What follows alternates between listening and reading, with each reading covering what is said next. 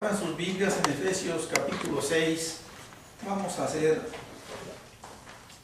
un análisis, un escudriñamiento de la palabra de Dios, de un arma espiritual también muy poderosa que el Señor de una manera personal y directa se la aconsejó primeramente a sus apóstoles allá en Mateo 26.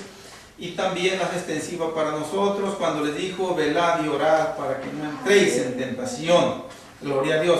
Efesios capítulo 6, versículo 18. Dice así: orando en todo tiempo con toda oración y súplica en el Espíritu, y velando en ello con toda perseverancia y súplica por todos los santos. Amén. Tomen su asiento, mis hermanos. Gloria a Dios.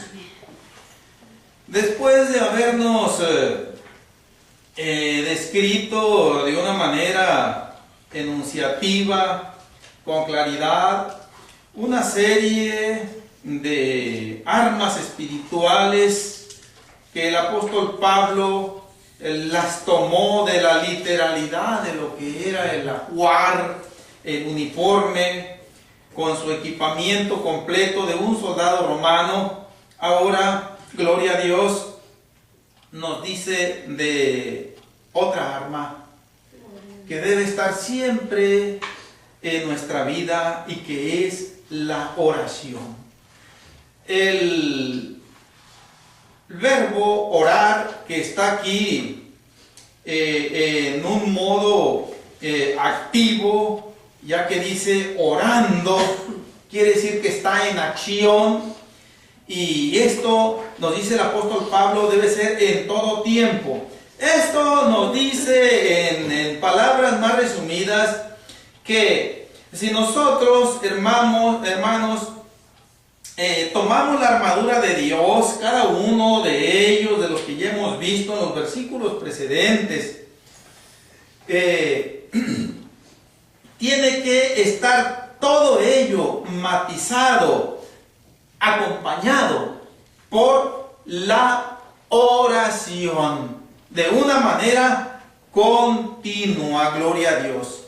Es bueno tomar la palabra de Dios, es bueno tomar el escudo de la fe, es bueno tomar el calzado con ese apresto, con esa preparación de estar en condiciones de salir a llevar el mensaje del Evangelio. Es bueno caminar en justicia y en toda verdad, pero si nosotros no oramos, esto se va a ir desvaneciendo, se va a ir terminando, hasta que definitivamente toda esa armadura se va a diluir y se va a deshacer y se va a caer hecha a pedazos.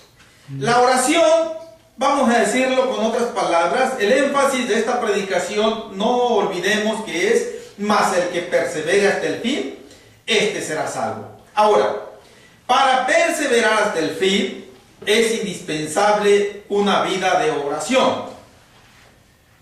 Nosotros, si recorremos las páginas de la Biblia, vamos a encontrar una multitud de citas bíblicas, como una especie de concordancia, que nos van a mencionar de alguna manera esta acción del pueblo de Dios, que es la oración, orando, orar. Pero yo he notado, mis hermanos, que en ninguna porción de la Escritura el Señor no inspiró a ninguno de los profetas o santos del Antiguo Testamento, ni a ninguno de sus apóstoles o escritores bíblicos de los libros del Nuevo Testamento, en donde nos diga la definición de lo que es la oración. Por lo tanto, cualquier definición que nosotros pudiéramos decir, la oración es dos puntos y seguido, y es esto. Si nosotros aquí, por ejemplo, yo les pidiera a cada uno de ustedes, empezando por mí mismo, que dijéramos alguna palabra de lo que entendemos por oración, claro que cada uno íbamos a decir algo ligeramente diferente con palabras, pero que todo iba a apuntar hacia una dirección en común. ¿Cuál iba a ser esa dirección en común? Que la oración, y puedo decirlo, esta es una de las muchas definiciones con las que podemos nosotros identificar la oración.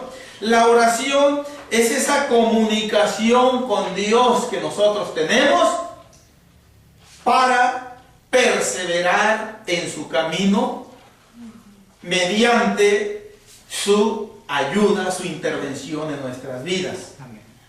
Esa es la finalidad principal de la oración.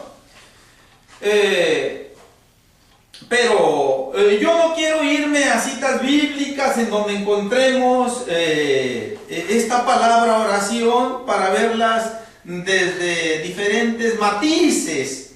La oración nosotros la usamos, la acabamos de usar, por ejemplo, para interceder, para suplicar al Señor por las necesidades de otros. En esta oración no suplicamos por nosotros, ¿no? Hay ocasiones, y esto debe ser de todos los días, en que tenemos que estar suplicando por nosotros primeramente. Y esto no es ser egoístas, no. Esto es una obligación como cristianos que tenemos de pedirle al Señor fortaleza, de pedirle al Señor protección, de pedirle al Señor perdón, de pedirle al Señor restauración, de suplicarle al Señor que no nos abandone, de suplicarle al Señor que no aparte de nosotros su misericordia, de suplicarle al Señor que multiplique todas sus piedades en nuestras vidas a cada momento, a cada día, de suplicarle al Señor que nos fortalezca ante la prueba, como decía nuestro hermano, que nos fortalezca ante la adversidad, de suplicarle al Señor que nos conceda llegar hasta el final, hasta la meta final donde está el galardón, gloria a Dios, perseverando en su camino y que finalmente hallemos misericordia ante Él en ese día crucial, gloria a Dios, en donde hemos de abandonar el cuerpo y en donde ya no habrá un mañana para hacer ajustes, para hacer cambios. Todo habrá quedado cerrado. Hasta ahí, para que el Señor determine nuestra eternidad, gloria a Dios. En primer lugar, tenemos que suplicarle por nosotros a cada día. Porque si no le suplicamos por nosotros, mis hermanos, si nosotros no estamos firmes, lo más probable es que no vamos a poder hacer prácticamente nada. Vamos a hacer algo muy poco por los demás. Gloria a Dios. Entonces, la oración muchas veces va a ser con el fin de dar una acción de gracias, de darle acción de gracias al Señor. La oración muchas veces va a ser simple y sencillamente para elogiar al Señor, para exaltar al Señor, al considerar su grandeza, todo lo que Él ha hecho, gloria a Dios. Esos inescrutables misterios escondidos que aunque nosotros no los conocemos, gloria a Dios, pero sabemos que son muchos y que un día, si el Señor nos concede la victoria final, vamos a conocerlos tal y cual son. La oración puede ser una intercesión tanto por la iglesia como por personas fuera de la iglesia. Puede ser una intercesión por nuestros gobernantes. Puede ser una intercesión para que el Señor le dé la victoria a las visitas, a aquellos que han escuchado su palabra, a aquellos que han recibido, de alguna manera el mensaje del Evangelio, ya sea verbal, ya sea mediante un folleto, gloria a Dios. En fin, la oración se va a presentar muchas veces de una manera variada, pero siempre va a evidenciar, gloria a Dios, una actitud humilde, una actitud que va a reconocer siempre esa suprema autoridad del Señor, una actitud que va a reconocer nuestra indignidad de su gracia, de sus favores, y que pues va a reconocer que definitivamente sin su intervención nosotros no somos nada. Yo pudiera seguir mencionando más palabras en esta línea, en este sentido, pero quiero que sigamos, gloria a Dios, aquí en el versículo 18, y si hay algo de tiempo vamos a partir, hay citas bíblicas que quiero que veamos, gloria a Dios. Obviamente no vamos a terminar de verlas en esta predicación, pero si el Señor nos concede, vamos a verla en la próxima que tengamos. El versículo 18, orando en todo tiempo, con toda oración y súplica en el Espíritu. La oración, pues, debe ser una constante en nuestras vidas. El abandono de la oración es algo trágico. El abandono de la oración viene a ocasionar la muerte espiritual en aquel que la abandona, y por lo tanto viene a terminar su buena relación, su buena comunión con el Señor. Yo he dicho que la oración, gloria a Dios, viene siendo para nuestra alma, para nuestra vida espiritual, algo así como lo es el oxígeno que respiramos para nuestra vida física. Gloria a Dios. Sin la oración nos marchitamos y perecemos. Sin la oración, de una manera, aunque nosotros no lo querramos, vamos a empezar a adentrarnos en el terreno del mundo, en el terreno de Satanás, en los dominios de Satanás, sin ninguna defensa.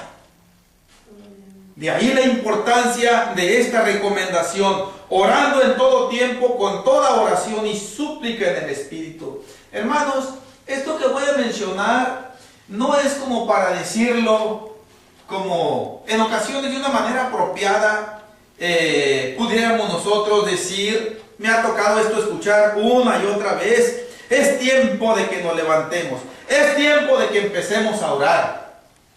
¿No suena bien? No suena bien eso.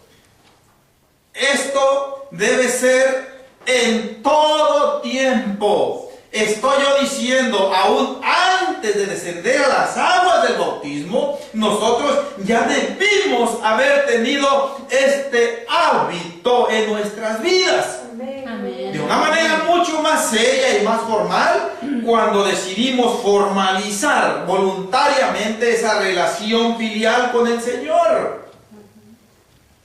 Orando en todo tiempo. Amén. Y no nada más cuando las cosas van bien. Decía otro hermano, no nada más cuando estamos con la carne asada, no. Creo que la oración es todavía más sincera cuando las cosas se vuelven adversas en la vida. Gloria a Dios. En todo tiempo. Esta expresión en todo tiempo, claro, nos está diciendo que mientras nosotros estemos en la lucha, que mientras nosotros estemos con vida espiritual por la gracia misericordiosa del Señor. Pero también nos está diciendo, ya de una manera más detallada, que la oración nosotros tenemos que practicarla desde el primer momento en que empezamos a activar a diferentes horas cada uno de nosotros en el nuevo día. Tal vez a la 1 de la mañana, a las 2, a las 3, 4, 5, 6, etcétera. Pero desde el momento en que nosotros ya decidimos levantarnos del lecho, o aún antes, en ocasiones, y a mí me ha pasado una multitud de veces, que despierto a alguna hora determinada de la madrugada con esa hambre de oración. Máxime si acabo de tener un sueño significativo, y ya después vuelvo otra vez a dormir otros minutos, otras horas, no sé. Pero la oración debe ser algo que debemos poner siempre antes de entrar en el afán cotidiano del día. Amén. Esto es también lo que nos dice y está comprendido en la expresión en todo tiempo. Salir al quehacer diario sin orar es salir en desventaja ya frente al enemigo. Sí.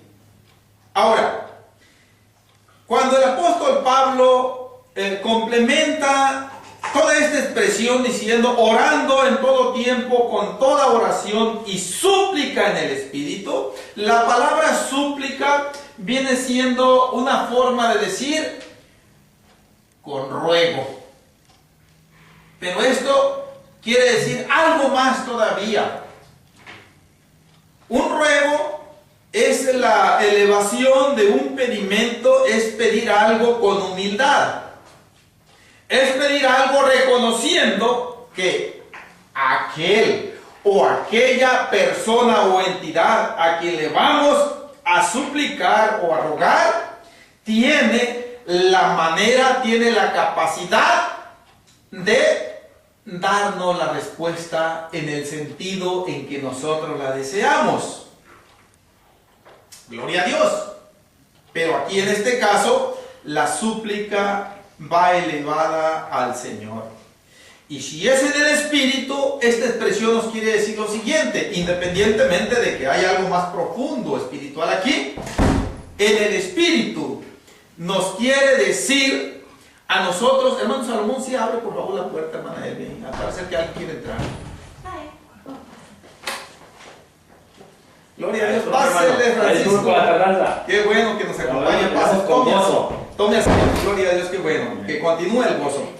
La oración en el Espíritu que el apóstol Pablo nos está aquí ordenando, eso no queda en un simple buen consejo o una sugerencia, nos está ordenando el Señor a través del apóstol Pablo que debemos orar en todo tiempo, con toda oración y súplica en el Espíritu. Esa súplica no quiere decir que nosotros no vamos a poner condicionantes al Señor. Nunca debemos hacerlo, es un error. Ponerle condiciones al Señor. Señor, si tú me concedes esto, yo voy a hacer esto. No cabe esa situación, esa circunstancia en un cristiano honesto. No. Señor, si tú sanas a mi esposa, a mi madre, a determinada persona, entonces yo te prometo que te voy a servir, te prometo que voy a ayunar, te prometo que voy a cambiar en esta área de mi vida, etc. Nunca lo hagamos. Al Señor no debemos ponerle ninguna condicionante. Gloria. A pesar, mis hermanos, fíjense bien nada más. Yo acabo de decir que en un cristiano humilde, honesto, nunca va a haber condicionantes para el Señor. A pesar de que el Señor nos da permiso en ocasiones de que hasta cierto punto le pongamos alguna condicionante. Por ejemplo, cuando el Señor en el último libro de la Biblia, que fue el libro de Malaquías, le reprocha duramente al pueblo de Israel su descarrío espiritual. De muchas maneras, pero una de ellas es que le estaban robando. Todo Israel se había hecho ladrón. ¿De qué manera? Dijo el Señor, en el diezmo y en las ofrendas. Esos son los dos pilares principales, los dos diseños, o podemos decir, es el diseño económico que el Señor estableció para el sostenimiento material de su iglesia aquí en la tierra, para que esté en condiciones de cumplir el cometido que el Señor le confirió a la iglesia. Gloria a Dios. Hace falta el dinero, no lo negamos, hace falta lo material. Sin el dinero, sin lo material, sería prácticamente imposible, o cuando menos muy difícil, pero más que nada yo me inclino porque sería imposible cumplir los propósitos de Dios. Y el Señor, sabiendo esta circunstancia, gloria a Dios, estableció un sistema económico perfecto para que su iglesia no ande pidiendo limosnas en la calle al mundo. Amén. Es triste ver personas que profesan cristianismo y están a la puerta de determinado negocio o se ponen por ahí en determinado lugar a pedirle dinero a la gente inconversa. Eso denota una alta, cuando menos, una alta o falta de conocimiento de este diseño económico que el Señor estableció para su iglesia. El diezmo y la ofrenda. ¿Y de dónde va a salir el diezmo y la ofrenda? Bueno, en el tiempo antiguo, el Señor se lo estableció a su pueblo del pacto. Al pueblo de Israel, al Israel literal, entre otras cosas. Los israelitas tenían la libertad de llevar las primicias de cada cosecha, pero el diezmo y la ofrenda fue lo que el Señor estableció, y no lo estableció para aquel que le naciera, no lo estableció para aquel que lo viera pues bien, porque lamentablemente esta es una situación tan triste, tan miserable en gran parte del pueblo que profesa un cristianismo sobre la tierra, en donde ha permitido que la mezquinidad y el egoísmo tomen control de esto. Y dicen, no, el diezmo no lo va a dar porque lo que va a hacer es estar enriqueciendo al pastor para que él se dé una vida. No, porque esto me está haciendo falta ahorita para pagar este bill, para pagar esta necesidad, para cubrir, tengo esta necesidad económica, hermanos, y se va haciendo uno más miserable y más miserable y más miserable a cada día, mientras sigamos esa línea de mezquinidad. El pueblo de Israel, cuando el Señor inspira al profeta Malaquías, le dice, vosotros todos me habéis robado. Y todavía, como si fuera un pueblo que estuviera caminando en obediencia, y como si estas palabras reprensivas del Señor le impactaran de impresión, le sorprendieran, le dicen, ¿y en qué te hemos robado? ¡Qué descaro tan grande! ¿En qué te hemos robado? Yo pienso, hermanos, que esto denota una falta de humildad, entre otras cosas, de honestidad. Y el Señor Jesús presto le responde, en vuestros diezmos y en vuestras ofrendas, esas no son de ustedes, esas son mías. Amén. ¿Ah? Y el Señor, claro, no las necesita. Él es el dueño del universo, Él es el dueño de todo lo que hay, del oro y de la plata, inmensurables riquezas que hay en el universo. El Señor no necesita eso, pero el Señor lo estableció para nuestro provecho, para honrarnos a nosotros. Gloria a Dios. Y el Señor les dice ahí mismo, probadme ahora en esto.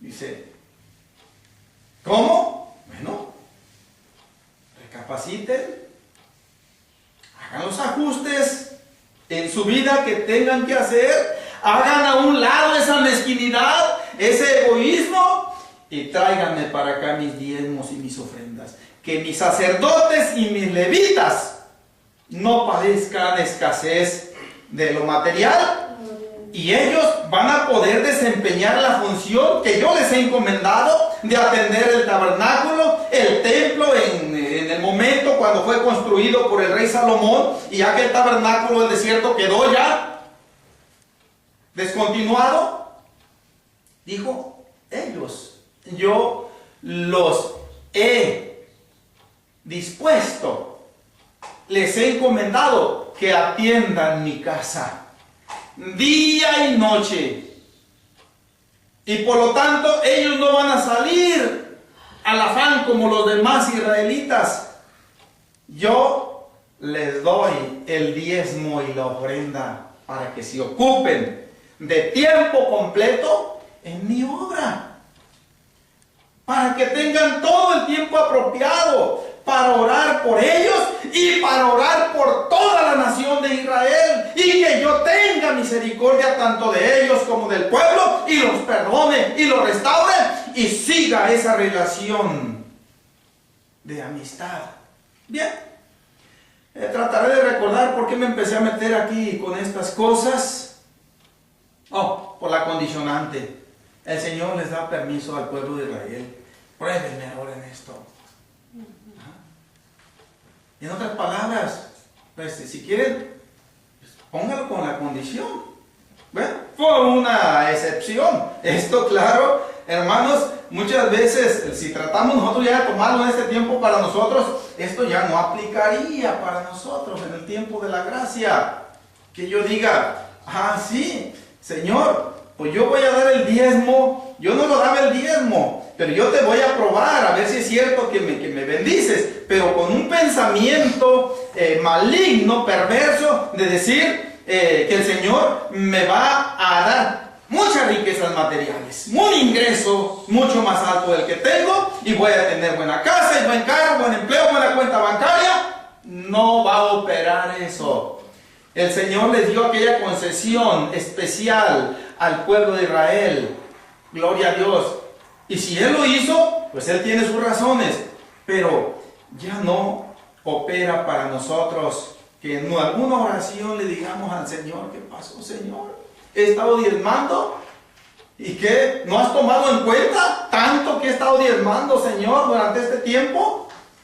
Ya no van a ser unas palabras de un corazón humilde, de un cristiano honesto. Hay que hacer esto por fe.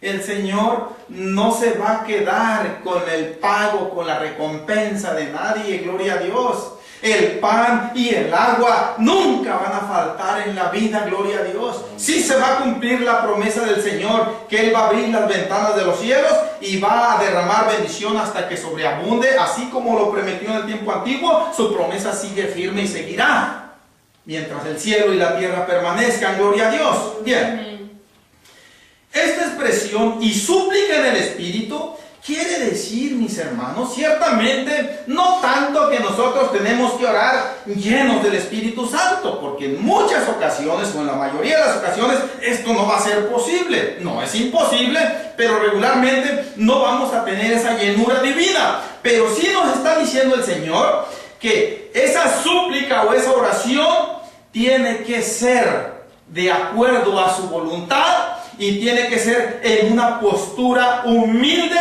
y reconociendo que si el Señor recibe esa oración, esa súplica, ese pedimento, y nos la llega a contestar, que esto va a ser pocas veces, muchas veces, como nosotros se lo pedimos, va a ser por su sola gracia. Va a haber ese reconocimiento de que yo no soy digno. Si yo le pido al Señor, si me duele aquí, si me duele allá, que me sane. Y si el Señor me sana en ese momento, dentro de una hora de este no es porque yo lo merezca. Esto es por la gracia misericordiosa del Señor. Súplica en el Espíritu, podemos entender lo que debe ser reconociendo que el Señor es el que tiene toda esa autoridad y la facultad de, pues, contestar esa súplica, esa oración, como Él le plazca hacerlo, gloria a Dios. Y el Señor nunca se va a equivocar, gloria a Dios. Cuando el Señor vino a este mundo, anduvo caminando por los caminos, ciudades y calles de Israel, regularmente no resucitó a todos los muertos. Nos dice Mateo, nos dice Marcos, Lucas y Juan, que ciertamente Él sanaba toda enfermedad y toda dolencia del pueblo, de todos aquellos que venían en multitudes a Él. Ninguno se regresaba a casa sin haber recibido del Señor esa dádiva. Si era problema de salud, el Señor lo regresaba sanos físicamente. Si eran problemas de tipo espiritual, de posesión de demonios, el Señor los regresaba completamente liberados.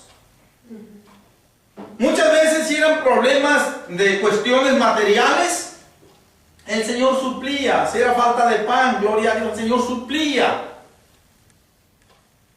Pero todo eso se hace orando con súplica en el Espíritu, reconociendo esa suprema autoridad del Señor, reconociendo nuestra indignidad de que Él nos atienda, reconociendo que si Él, como dice el Salmo 138:6, dice, Dios atiende al humilde, mas al altivo, dice, al altivo mira de lejos.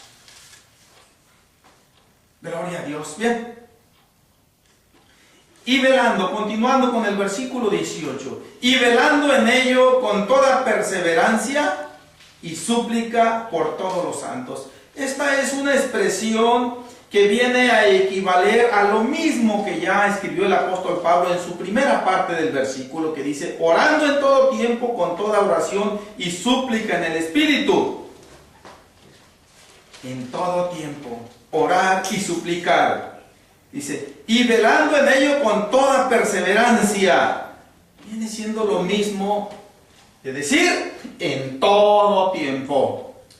La perseverancia quiere decir no cansarse, no desistir del propósito, del ideal que hay en nosotros de llegar al cielo, de perseverar hasta el fin, porque solamente el que persevere hasta el fin, este será salvo. Y para perseverar hasta el fin, tiene que haber una perseverancia en la oración. Por mí y después por todos los santos. Empezando por mi familia, empezando y siguiendo con mis hermanos de la congregación, y para cumplir con este mandato del Señor por todos los santos, aquí se está refiriendo a toda la iglesia dispersa sobre la faz de la tierra. Hay pastores, hay ministros, hay hermanos que necesitan, gloria a Dios, necesitamos de las oraciones de los demás para que el Señor nos conceda, como dijo el apóstol Pablo allá adelantito en el versículo 19, para que al abrir mi boca yo hable con denuedo las verdades del Evangelio y que las hable como debo hablarlas. Que no vaya yo a hablarlas nada más como por una especie de, como para reprocharle a alguien su descuido, su conducta, sino que hablar como debo hablar, con verdad y con misericordia. Ya resumiendo esto en palabras más sencillas y más entendibles, con verdad y con misericordia, gloria a Dios. Hermanos, Vamos a cerrar aquí la oración, ya el tiempo se nos terminó. Creo que este es uno de los cultos en donde el tiempo se ha ido mucho más rápido. No es que se haya ido más rápido, hermanos, sino que sentimos que se nos fue más rápido, gloria a Dios. Y vamos a continuar con este importante punto de la vida espiritual del creyente, que es la oración. En la próxima predicación que el Señor nos conceda tener, vamos a continuar con esto. Ahora, yo decía algo que dejé empezado solamente. Yo no les voy a decir tal vez de una manera como en un brote de emoción, es decir, es tiempo de que nos pongamos a orar. Estas palabras hasta cierto punto denotarían algo que no está marchando bien. ¿Por qué? Porque yo les dije, quiere decir que no hemos estado orando. ¿No? Más que nada, yo pudiera decirlo, es tiempo de que reforcemos con más propósito nuestras oraciones. Amén. De que con base en las motivaciones que el Señor nos da en su santa palabra, de una manera más madura, la valoremos más, y que muchas veces debemos hasta superar cansancio físico, tiempo, gloria a Dios, hacer a un lado ocupaciones durante el día. Esto es un sacrificio. Proponernos abrir un espacio de tiempo en el que hacer y buscar un momento de oración, cuando menos una vez durante el día, independientemente de levantarnos y de ir a la cama, gloria a Dios, como el profeta Daniel dice, se iba y se encerró en su aposento y oraba 3 veces al día, como solía hacerlo. ¿Cuándo fue esto? Cuando oyó de aquel edicto que iban a ser llevados a la muerte todos los sabios de Babilonia, todos los astrólogos, todos aquellos que formaban parte del séquito de consejo del rey Nabucodonosor, y Daniel estaba dentro de ese peligro. Él dice que no aceleró más su ritmo de oración, o no dice que oró 4 o 5 veces más. No. Simple y sencillamente, Daniel, yo puedo decirlo, añadió en sus oraciones aquella necesidad, aquella súplica al Señor. Señor, se ha dictado esta orden, esta sentencia de muerte sobre mí, sobre mis compañeros y sobre todas esas pobres gentes que no te conocen y que asesoran al rey Nabucodonosor, porque no le han podido dar respuesta a ese sueño que se le olvidó. Pero, Señor, aquí estoy. Fortaléceme, Señor, para enfrentar toda prueba. Fortaléceme, Señor, para que, pues, si acaso he de ser lanzado a ese foso de los leones, y si tú has determinado que yo termine mi vida allí en el fondo de ese foso, en las fauces de esas fieras, Señor, solamente fortaléceme para que yo te pueda ser fiel hasta el último momento. ¿Ya? Pero seguía orando las 3 veces, Daniel. Hermanos, vamos orando, y yo le voy a pedir a la hermana Salomón y a la hermana Elvia González que pasen para acá, por favor. No quiero que partan a Guadalajara, si el Señor les concede, durante esta semana, sin haber orado, gloria a Dios.